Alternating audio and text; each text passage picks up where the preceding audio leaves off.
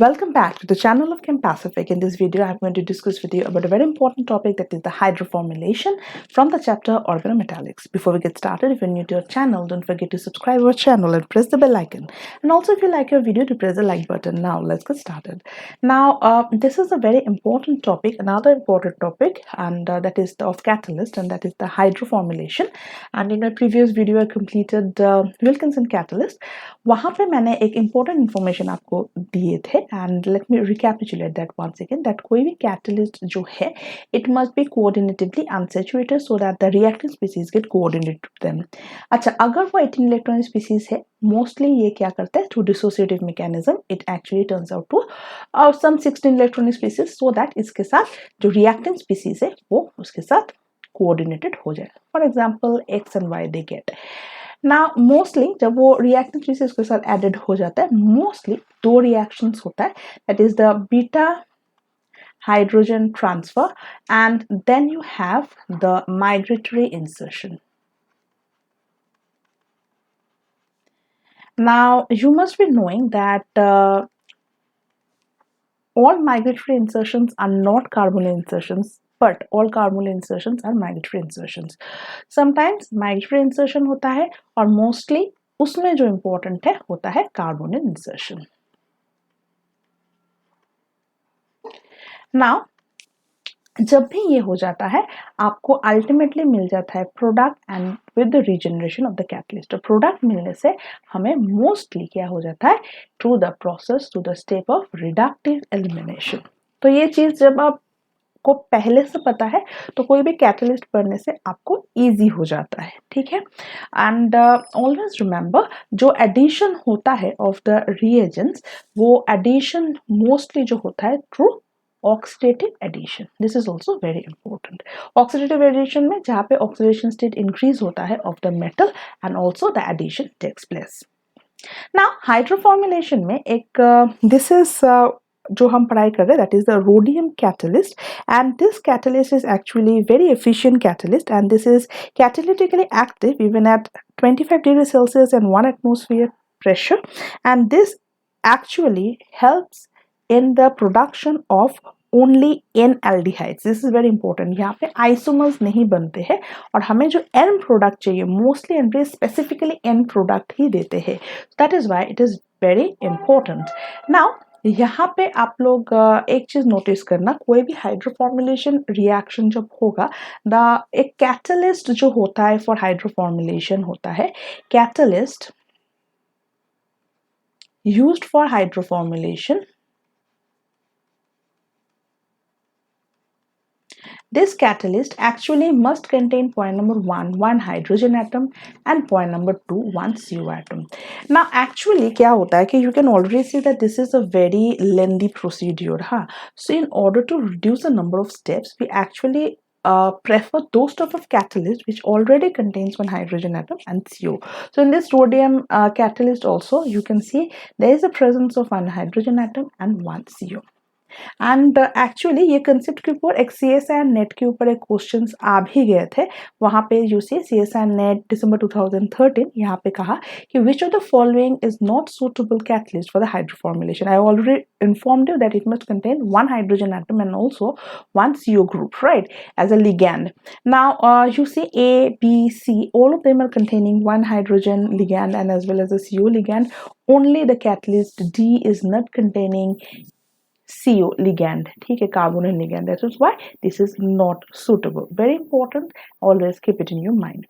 Now let us study this, and I have always, as usual, I have also given you it in a very note form that I'll be showing you in this video, and that is going to be very beneficial to you. So point number 1, I already inform you that in this rhodium catalyst जो है, this is obviously rhodium का जो valence electron से this is 9, then hydrogen का 1 हो गया 10, and all this ligands are 2 electron donating ligand, तो you have 18. So this is an 18 electronic species, but which now cannot react any further because this is a stable complex. So obviously मैंने क्या कहा था, the catalyst must be coordinatively unstable. If it's not, it must undergo what? It must undergo the dissociative mechanism and resulting in the formation of a of A, resulting in the formation of A, which is now coordinatively unsaturated because it is now a 16 electronic complex. Very important. ठीक है, so it is undergoing a dissociative mechanism जहाँ पे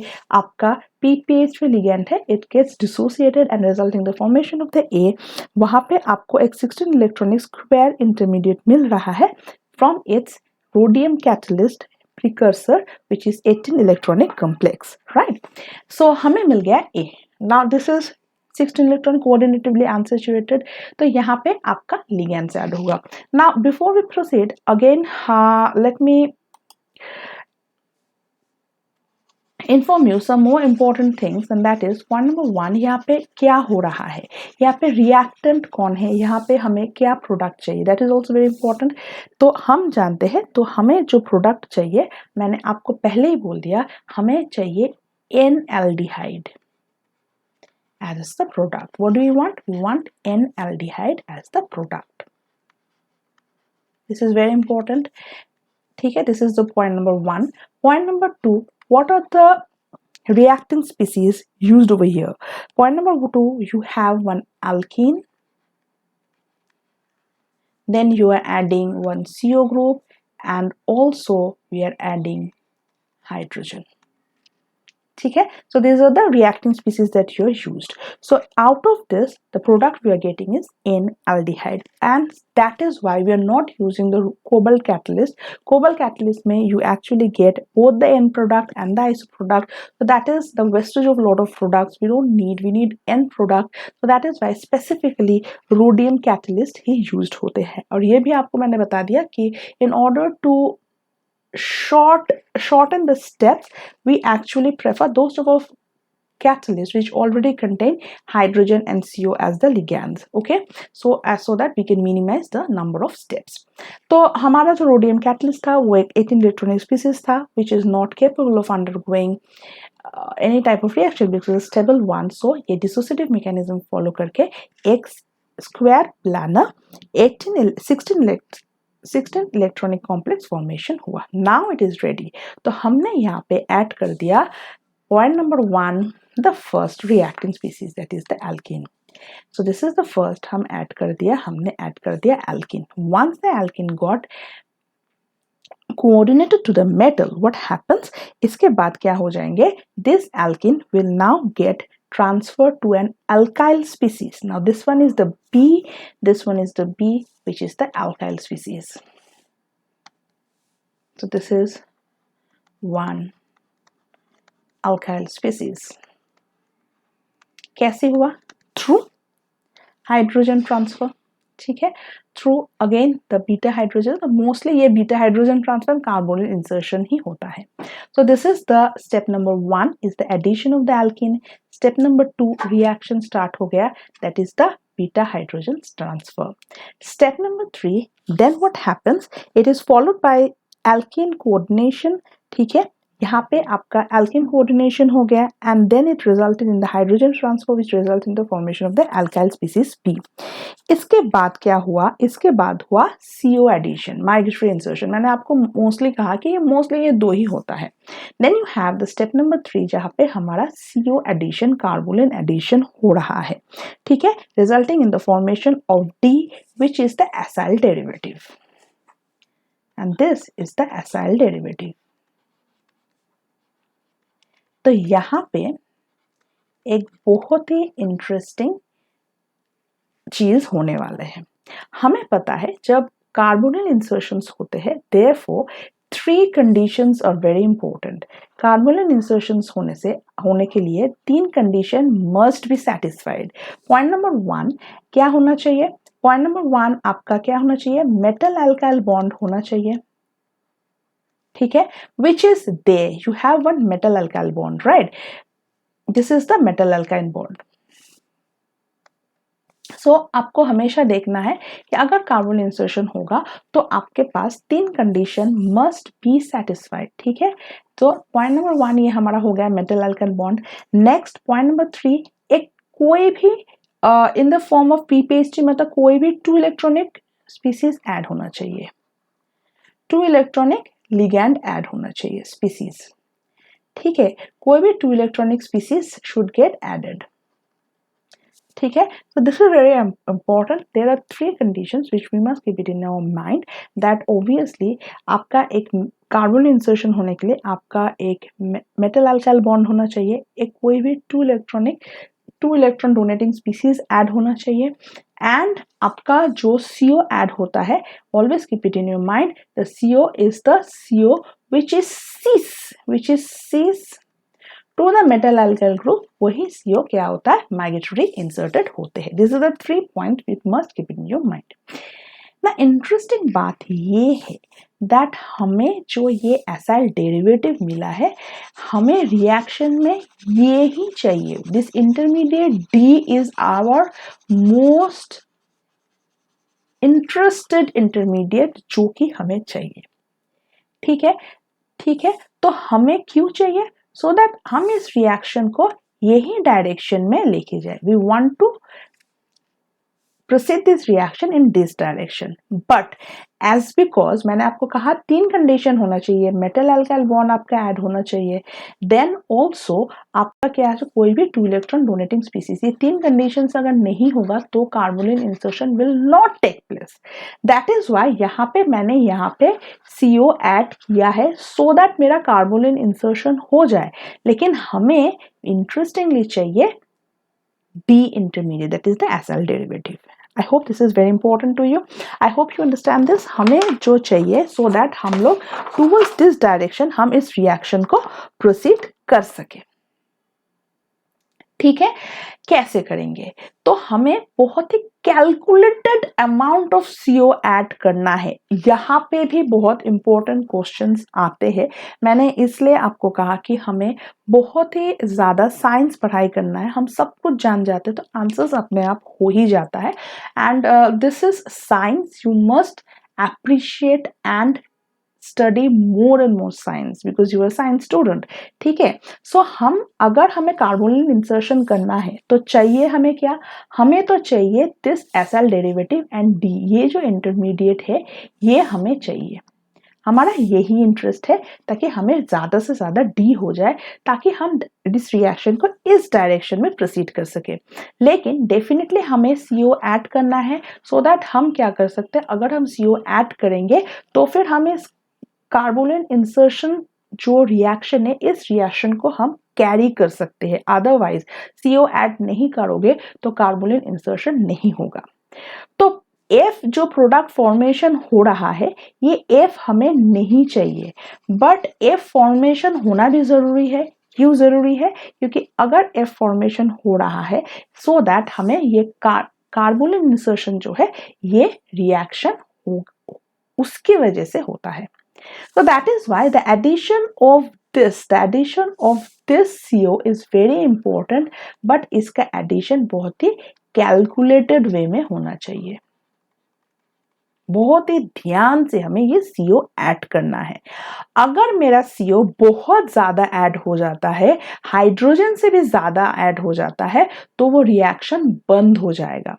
और अगर मेरा CO का concentration addition में CO का थोड़ा सा ज्यादा, ये CO भी हो सकता है, PPH3 भी हो सकता है, कोई भी 2 इलेक्ट्रॉन डोनेटिंग स्पीसीज होना चाहिए ना। अगर मेरा CO का एडिशन थोड़ा ज्यादा हो जाएंगे, रिएक्शन क्या हो जाएंगे, स्लो हो जाएगा। सो दिस इज वेरी इंपॉर्टेंट। इसके ऊपर भी क्वेश्चंस, तो जहां पे आपका इंपॉर्टेंट साइंस होता है ना वहीं से क्वेश्चंस बनते हैं, इसीलिए बहुत अच्छे से आप साइंस पढ़ाई करो, आप सारे क्वेश्चंस खुद ही कर सकते हो आंसर। ठीक है, तो मैंने क्या कहा, मैंने कहा ये जो CO का एडिशन है बहुत इंटरेस्टिंग है, ये CO का addition. So this addition of CO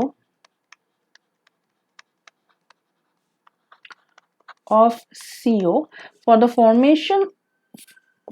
formation of F from D, this is very important। अगर CO का concentration थोड़ा ज्यादा हो जाता है then the reaction becomes slow, और अगर CO का concentration becomes very more as compared to the concentration, the reaction will definitely stop।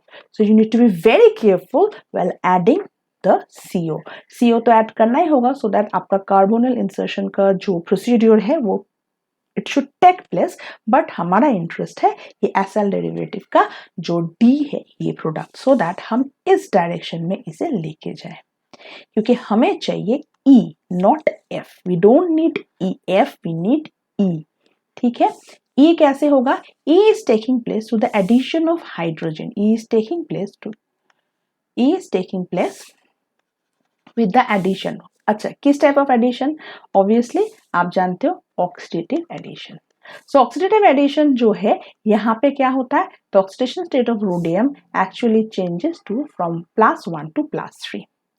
And most probably कोई भी रिएक्शन करते हो student, another important point I would like to enlighten you, that is कोई भी reaction, इस type of reaction पढ़ाई करते हो तो हमेशा उसका रेट डिटरमाइनिंग स्टेप जरूर पढ़ाई करो, because this is the very favourite part of the examiner to provide to make a question for you.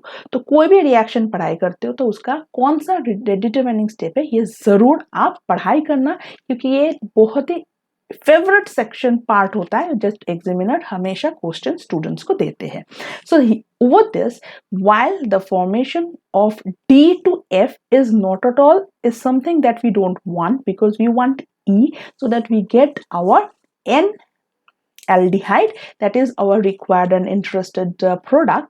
लेकिन हमें F का फॉर्मेशन होना चाहिए so that हमारा कार्बोनिल स्टेप, तो we are very much in carbonyl का जो स्टेप है कार्बोनिल इंसर्शन वो प्रोसीड करे, नहीं तो वो कार्बोनिल इंसर्शन का रिएक्शन होगा ही नहीं. सो इसीलिए बहुत ही हमें ध्यान से एडिशन ऑफ CO करना है. नाउ सी स्टूडेंट्स, अभी आपका जो D हुआ है which is the acyl derivative, which is the intermediate, उसे हमें इस डायरेक्शन में लेके जाना है. और how we are doing? We in this step we are actually adding the hydrogen, and through oxidative addition where the oxidation state of rhodium changes from +1 to +3 because these are having -1 charge. Okay, and this is the rate determining step, always remember. और उसके बाद मैंने आपको क्या कहा था, कितना easily हो गया. The last step is always the reductive elimination step. The last step is always the reductive elimination step. तो मिल गया, this is the reductive elimination step. So the last step is always the reductive elimination step where our required product, this is our product. This is our product. What product? N-aldehyde. This is also very important, N-aldehyde. Not isoform. Okay, this is our product, and again the species A got regenerated and the cycle is continuing again and again. I hope this is very much clear to you, and obviously I have given it in a very beautiful form, and let's recapitulate in the note form. So first of all point number 1, ये जो rhodium catalyst है ये हमने लिए थे, और यहाँ पे हमने देखा है दैट हमेशा most of the hydroformylation में जो कैटलिस्ट लेते हैं वहाँ पे the hydrogen and CO ligand इसमें कंपल्सरीली होना चाहिए, so that we can reduce the number of steps and we can make with a lot of yield of the product. ठीक है, and obviously आपका पहले जो प्रिकर्सर था जो रोडियम कैटलिस्ट था वो 18 इलेक्ट्रॉनिक कॉम्प्लेक्स था, वो केपेबल नहीं था टू गेट, बिकॉज वो काफ़ी स्टेबल हो गया था, वो केपेबल नहीं था, इसीलिए थ्रू डिसोसिएटिव मैकेनिज्म हमें मिल गया एक 16 इलेक्ट्रॉनिक स्क्वायर इंटरमीडिएट A. उसके बाद हमने क्या किए थे, उसके साथ एक एल्कीन ऐड किए थे, वो एल्कीन जो है वो कन्वर्टेड हो गया था टू एल्काइल स्पीसीज. उसके बाद वहां पे क्या हो गया था, वहां पे जब एल्काइल स्पीसीज हो गया था दैट रिजल्टेड, उसके बाद वहां पे हो गया था CO addition, as a result of which हमारा जो प्रोडक्ट हो रहा था, जो रिएक्शन स्टार्ट हुआ था with the addition of CO, वो रिएक्शन था क्या, carbonyl insertion reaction था, वो reaction था carbonyl insertion. With the addition of CO, it resulted in the formation of the reaction, which is the carbonyl insertion reaction. लेकिन carbonyl insertion reaction में जो ultimate product हमारा F था वो हमारा इंटरेस्ट नहीं था, क्योंकि हमारा इंटरेस्ट जो था वो इंटरेस्ट था formation of E dihydrate, sorry formation of E, that is the hydrido acyl complex. ये हमारा इंटरेस्ट था, क्योंकि यही से हमें हमारा एन एल्डिहाइड प्रोडक्ट जो है हमें मिलेंगे। दैट इज वाई CO का एडिशन बहुत ही ध्यान से हमें देना पड़ेगा।